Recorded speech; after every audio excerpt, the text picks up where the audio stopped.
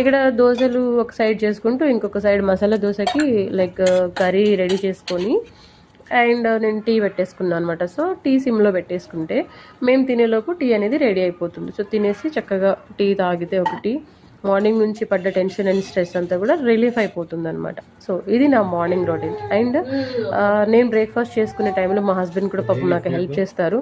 అయితే టేస్ట్ ఎలా ఉంది ఏంటి అనేది మేము చూడం, కానీ లైక్ ఫుడ్ అయితే హెల్తీగా ఉంటుంది.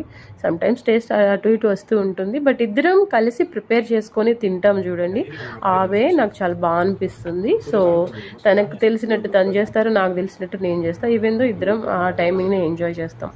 సో మా బ్రేక్ఫాస్ట్ టైం అనేది అయిపోయింది, మేము తినేసాము, టీ తాగేసాము. ఆ తర్వాత ఇప్పుడు బ్లెస్సీకి ఇక్కడ స్నానం పోస్తాను, ఎందుకంటే తను కూడా తినేసింది కదా. అండ్ ఇక్కడ వచ్చేసి తన నాప్ టైం అనమాట. సో తనకు స్నానం పోసేసాక తను ఒక నాప్ తీసేసుకుంటుంది. ఇక్కడికి నా మార్నింగ్ రొటీన్ అనేది అయిపోయింది. మార్నింగ్ రొటీన్ అంటే ఇంకా ఇంట్లో పనులు చాలా ఉన్నాయిలేండి, బట్ కిడ్స్ తోటి నా మార్నింగ్ ఎలా ఉంటుంది అనేది ఈ వీడియో అనమాట. సో వీడియో చూసారు కదా, మీకు ఎలా అనిపించిందని చెప్పండి. అండ్ మీ మార్నింగ్స్ ఎలా ఉంటుంది అనేది చెప్పండి.